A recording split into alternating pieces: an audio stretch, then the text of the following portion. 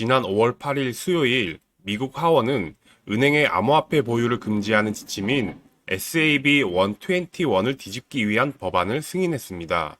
은행의 코인 스탁업의 장애물이라 불리우는 SAB 121을 거부하는 법안이 하원에서 통과되자 암호화폐 시장은 긍정적으로 흘러가는 듯 했으나 곧 백악관은 공식적으로 바이든 대통령의 거부권 행사를 하겠다고 밝혀 시장 방향은 다시 미궁 속으로 빠지게 되었습니다. 그와 반대로 대선 홍보를 하던 트럼프 전 대통령은 바이든과 행정부를 비판하며 암호화폐를 지지하는 발언으로 주목을 받고 있는데요. 오늘은 미 대선을 앞두고 암호화폐를 향한 각기 다른 후보들의 행보에 대해 이야기해 보도록 하겠습니다. 미국 하원은 현지 시간으로 8일 가상자산 수탁 의무에 대한 회계 지침을 거부하는 결의안을 과반으로 통과되었습니다. SAB 121이라는 해당 지침은 지난 2022년 3월에 발표된 지침인데 수탁받은 암호화폐를 대차 대조표상 부채 및 보유자산으로 인식해야 한다는 내용이 담겨 있습니다. 쉽게 얘기해서 금융기관이 코인을 보관한다면 그에 대한 준비금 또한 마련되어야 한다는 지침입니다. 이 부분은 특히 은행들에게는 일정 수준 이상의 자본을 요구하고 유지해야 하기 때문에 사실상 은행의 암호화폐 시장 참여를 제한하는 요건으로 작용해 왔습니다. 그리고 이 지침을 만든 곳이 바로 미 증권거래위원회 SEC입니다. 참고로 은행이 암호화폐 수탁 사업에 제한을 받고 있는 것은 국내도 마찬가지입니다. 현 은행법상 가상자산업은 부수 업무에 포함되지 않아 은행은 코인 시장에 직접 진출은 하지 못하고 대신 지분 투자를 이용해 간접적으로 진출하고 있습니다. 예를 들어 신한은행은 한국디지털자산수탁, NH농협은행은 카르도, 국민은행은 한국디지털에셋에 지분 투자를 했습니다. 다시 돌아와 해당 지침이 발표되고 난 이후 헤스터 피어스 SEC 위원을 비롯해 많은 시장 참여자들은 SAB 121은 금융기관의 암호화폐 보유를 금지하는 악법이고 기존 자산과 비교하여 불평등하게 취급한다고 비난하였습니다.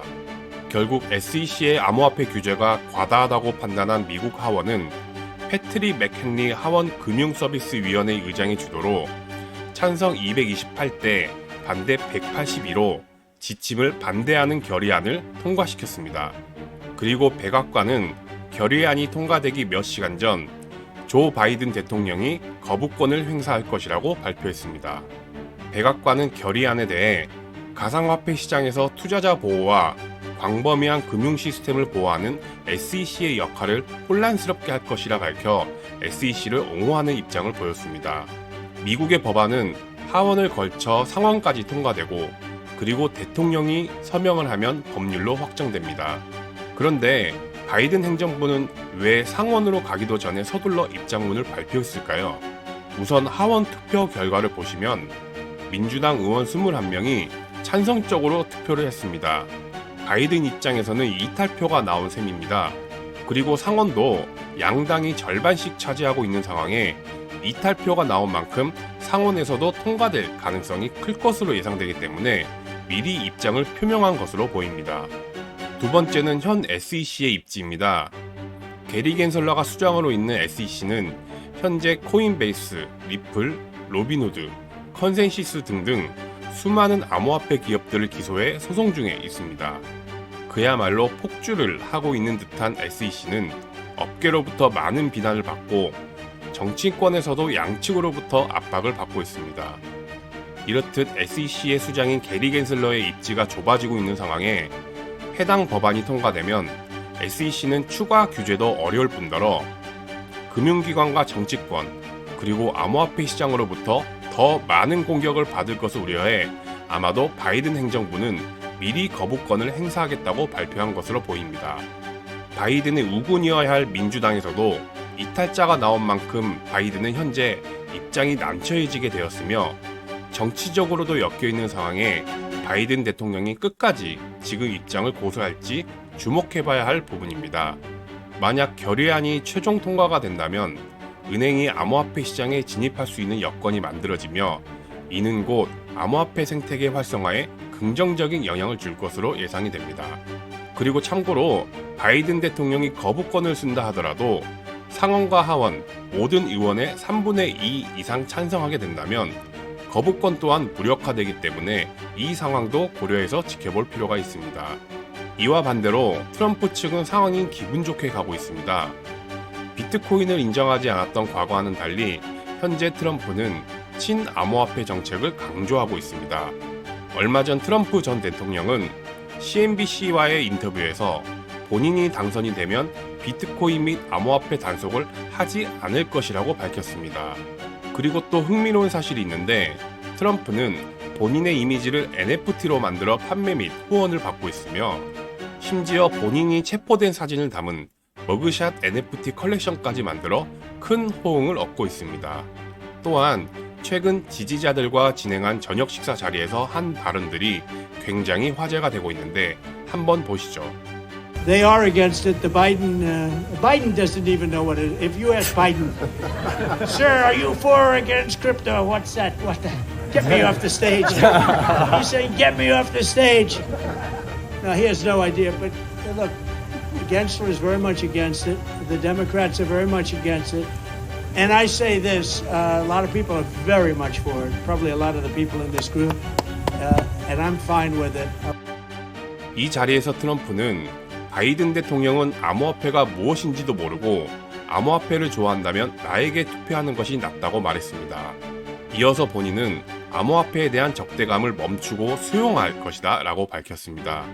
그리고 게리 겐슬러 SEC 위원장은 암호화폐를 반대하고 있다. 민주당도 마찬가지다. 하지만 나는 암호화폐가 괜찮다고 생각한다. 암호화폐가 좋은 것인지 내실이 있는지 확인하고 싶지만 일단은 괜찮다고 생각한다 고 덧붙였습니다. 끝으로 바이든 대통령을 모티브한 밈코인 보덴에 대해서도 동전인데 너무 비싸다. 나는 그런 투자를 좋아하지 않는다며 바이든 대통령을 저격까지 했습니다. 이렇듯 트럼프는 정치적인 이유인지 아니면 진짜 암호화폐를 인정하게 되었는지 정확히 알 수 없지만 NFT를 활용함과 동시에 공개적으로 친암호화폐 노선으로 갈아타는 모습을 보여주어 암호화폐 업계로부터 많은 호응을 이끌어내고 있습니다. 대선 후보들의 이러한 행보는 코인 시장에도 흥미로운 상황이 나오고 있습니다. 대선을 앞두고 양 후보들을 모티브로 한 밈코인들이 주목을 받기 시작했기 때문입니다. 대표적으로 바이든 대통령 쪽은 보덴, 트럼프는 마가의 움직임이 가장 눈에 띕니다. 특히 마가 코인은 트럼프의 친암호화폐 발언과 함께 큰 상승세를 보여주었으며 양 후보들의 밈코인들은 선거 과정과 결과에 따라 한쪽이 하락하면 한쪽이 상승하는 재미있는 움직임이 나올 것으로 기대됩니다. 그레이스 케일이 최근 발표한 설문조사에 따르면 유권자들은 미국이 마주한 가장 시급한 문제로 인플레이션을 뽑았습니다. 그리고 그로 인해 비트코인과 같은 암호화폐에 관심을 가지게 되었고 거의 5명 중에 1명인 19%는 암호화폐를 소유하고 있다고 응답했으며 응답자 중 40%는 앞으로의 투자 포트폴리오에 암호화폐를 포함시킬 것이라 응답했습니다. 대선을 앞두고 있는 두 후보들에게 암호화폐를 지지하는 유권자들의 목소리를 거부하기는 힘들 것으로 보입니다. 그중 트럼프는 친암호화폐 쪽으로 노선을 정한 것으로 보입니다. 그에 반해 바이든 정부와 민주당은 아직도 규제 쪽으로 방향을 잡고 있긴 하지만 쉽게 잡히지 않는 인플레이션 문제와 SEC에 대한 비난들은 그들에게도 큰 부담이 되고 있음이 분명해 보입니다. 대외적인 악재 속에 바이든 행정부가 기조를 바꿀 것인지 그리고 친암호화폐 정책이 대선과 함께 시장에 어떤 영향을 미칠지는 미 대선 선거 전까지 꾸준히 지켜볼 필요가 있다는 말을 전하며 오늘 영상을 마치겠습니다. 이상 이슈맨이었습니다. 시청해주셔서 감사합니다.